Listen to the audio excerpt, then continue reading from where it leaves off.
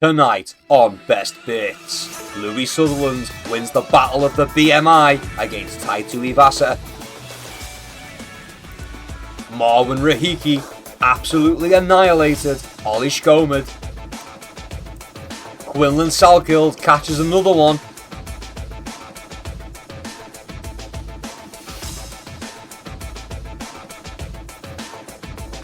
And Carlos Prates rolled up JDM and smoked him.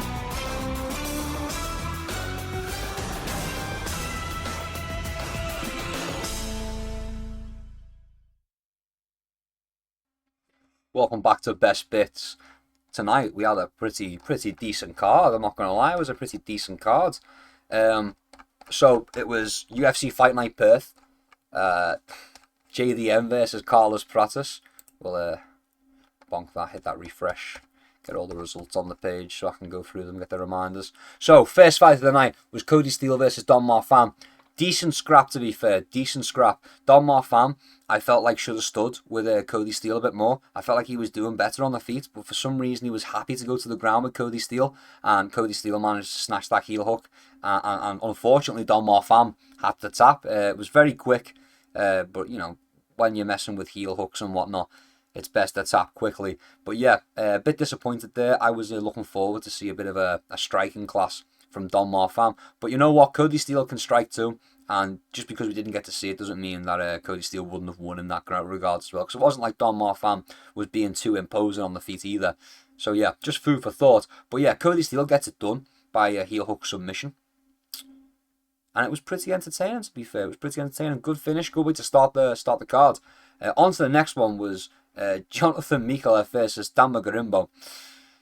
Unlucky Dan Magurimbo, the Rock's favourite fighter. What a shame. Split decision. I'll be honest with you, I don't think it should have been a split decision. I feel like Mikalev managed to quite handily deal with Dan Magurimbo. I don't think Garimbo really had much to offer in the whole fight aside from clinching up against the cage. And that was his go-to strategy. That's usually his go-to strategy. He does good work there normally. But no, not this time. No, Mikalev manages to kind of steal the fight from Garimbo and just keep it away from him the whole time. So yeah, I think that should have been unanimous, to be honest with you. But fair enough. Mikalev gets the split decision. Fairly entertaining as well. It was a good scrap, good little back and forth as well. Next up was Wes Schultz versus Ben Johnson. Ben Johnson did great. Ben Johnson coming in, making a debut, put an absolute beating on Wes Schultz. Wes Schultz didn't have an answer for anything. He was jumping the ghillie. That's another thing. I've never seen more guillotines in my life. Dustin Poirier is somewhere orgasming right now. There was that many ghillies jumped. Oh my god, no one was being silly tonight. They were all jumping the ghillie. But Wes Schultz gets the guillotine submission over Ben Johnson. It was a bit of a Hail Mary, I'm not going to lie to you. He was losing that fight. Ben Johnson was running away with it. But Ben Johnson was comfortable sticking his head in far too many submissions. Sticking his neck right in far too many submissions. And I was live for it. And I said, this is dangerous. I said, people forget, man. You don't want to go there with Wes Schultz. This is his wheelhouse, man. And you know, I was right, because moments later, Wes Schultz is snatching up a guillotine on Ben Johnson. So yeah, rough one to see. Took a minute to get it settled as well. Ben Johnson does have good submission defense, but you know, eventually your luck runs out and you can't be putting yourself in 6 of them. I think it was 6 submissions he put himself in, and I think it was the 6th one that caught him. So yeah, bad move from Ben Johnson, throwing away a fight that he was quite handily winning as well. So it's a shame to see, but Wes Schultz gets it done by a guillotine in the 3rd round. On to the next one. We had Colby Thickness versus Vince Morales. A bit of controversy. A lot of people thought Vince Morales won this fight. I had a few people popping into stream and being like, Morales got robbed. I had Colby Thickness. I'm not going to complain. But yeah, I think Vince Morales didn't get a fair shake. But you know what? I did have it going to Colby Thickness. But I understand the complaint. But no, I think Colby Thickness was ahead. I do. I think Colby Thickness was ahead. I do agree with the decision, unfortunately. I'm sorry if you disagree, but I do agree with the decision myself. And I'm biased because I picked Colby Thickness, so say what you want. The sickness. I'm down with the sickness. The next fight was Jacob Malkoun versus Gerald Meerschaert. Jacob Malkoun is the worst fighter in all of the UFC. I'll die on that hill. Jacob Malkoun is the worst fighter in all of the UFC. In all of it. In all of its history. Okay? Jacob Mulhoon is awful. Awful. He got battered from start to finish by the corpse of Gerald Meerschaert. Okay? And I think the only reason he won the decision is because the judges got confused and accidentally gave the points to the wrong guy. And that must have been what happened. None of the judges wore their glasses for this fight. It was crazy. Jacob Mulhoon got battered. Jacob Mulhoon got dog-walked by Gerald Meerschaert. Got saved as well by the bell. Oh my goodness gracious. No, Meerschaert battered him. Meerschaert battered Jacob Mulhoon. This was illegitimate. If anything's a robbery, this was a robbery. Meerschaert, the underdog, the biggest underdog on the card, absolutely put a beating on Jacob Mulhoon, and they robbed him. And they robbed him. But you know what? That's the sport. That's the sport. And you know what? We picked Jacob Mulhoon to win this fight. So it only benefits us. But I do think that Gerald Meerschaert was robbed. But we'll take the W. We'll take the W. We'll take the W. We did it. Next up was Junior Taffa versus Kevin Christensen. Now, I'm quoted as saying that I think Kevin Christensen is the biggest Indian, the largest, like physically, the largest Indian person I have ever seen. And then I realised he was Brazilian. And then I was very confused. But yeah, he got demolished. He got battered. Junior Taffa put a beating on him. Just no care for his own safety. Just ran through everything. Leg kicks were vicious from Kevin Christensen. There was a moment in the first round. Well, I mean, there was only one round, but there was a moment earlier on in the first round where Taffa got kicked pretty bad in the calf, and he was walking funny on it for a good few seconds there, and he got knocked off his feet at one point as well because of the calf kicks. So yeah, Kevin Christensen, mean calf kicks, but it weren't enough. Junior Taffa got back to his feet. He pushed hard. And he managed to get it done. I didn't pick him. I'm over them. And the one time I don't pick them, he gets the knockout. Ridiculous. Maybe I'm just cursed. But yeah, actually a decent scrap. Very entertaining. We did get the knockout from Junior Taffa, so we're very happy with that. Kevin Christensen had an alright showing, to be fair. I know he got finished in the first round, but he was winning the fight. He was winning the fight until he wasn't. It was one of those scenarios where the leg kicks were actually doing some good work, and then it was over because he'd been chinned and he was getting elbowed on the ground. That's just how it goes. Next fight was Cam Roston versus Robert Bryczek. Yeah. Good back and forth. I feel like Bryczek just didn't do enough in any of the rounds to really steal one of them. Cam Roston just kind of stayed ahead. It was unfortunate. There was a moment where you'd be like, oh, Bryczek's finally having a bit of success, and then immediately you just get stuffed or bonked, and we lose all that momentum. And Cam Roston did a really good job. Close to finishing him a couple of times, had him hurt, but didn't manage to get it done. I think he was a bit disappointed in that for himself, but that's fine. You know, sometimes it'd be like that. But yeah, good showing from Bryczek too. Just didn't have enough to contend with Cam Roston. So yeah, Ralston, however you say his name. But yeah, Cam Roston gets it done. Close to a finish, doesn't manage to get it. Robert Bryczek, unlucky brother. Better luck next time. It was actually a decent scrap, a very entertaining fight.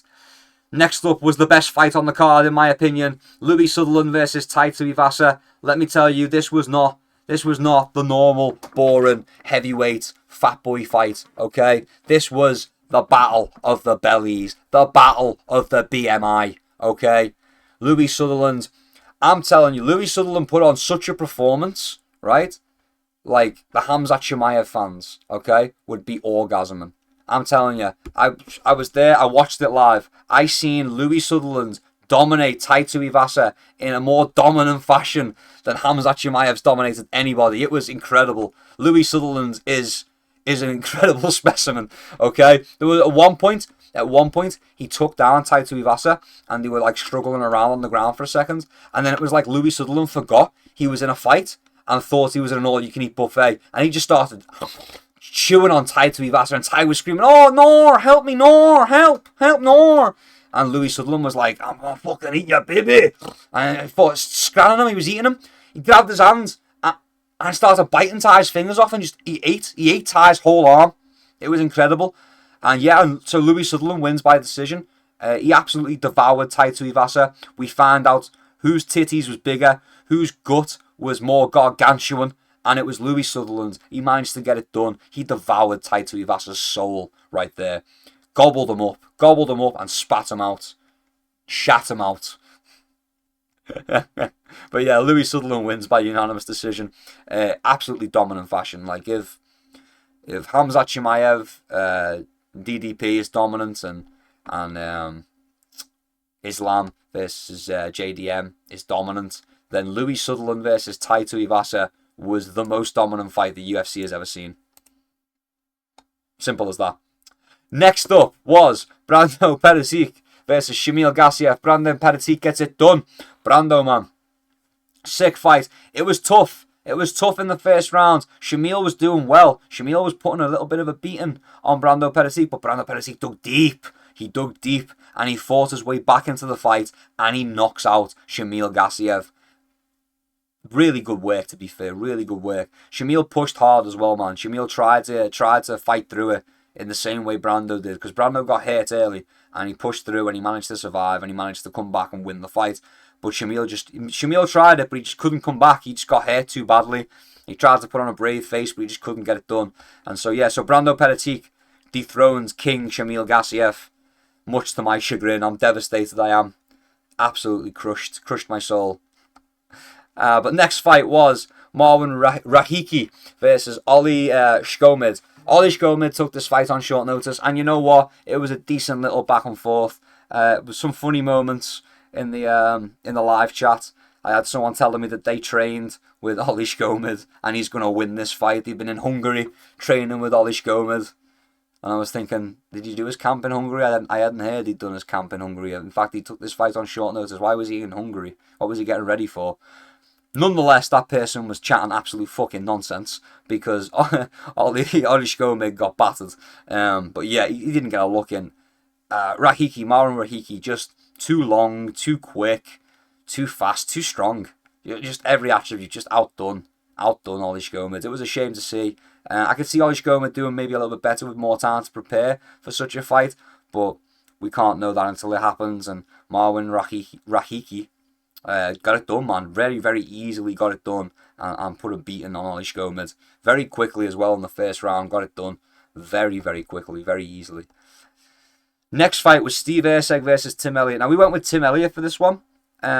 We picked Tim Elliott for the video. I did say that, I probably have some money on Steve Erceg. I actually didn't in the end. I was quite confident going with Tim Elliott.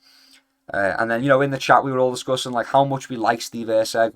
Everyone's a Steve Erceg fan. It's just a shame that Steve Erceg sometimes gets a bit down on himself mid-fight and like loses the confidence. It's all a mental battle for Steve Erceg, you see. And he loses a lot of confidence mid-fight. And we were talking about how that's his main problem. He's got the skills, he's got the tool set, he's strong as well. Physically gifted. But yeah, it's just the confidence that seems to wane. And I even argued that sometimes in a fight where he's winning, but he doesn't feel he's winning enough, he will also get discouraged, and that'll cause him to start losing a fight.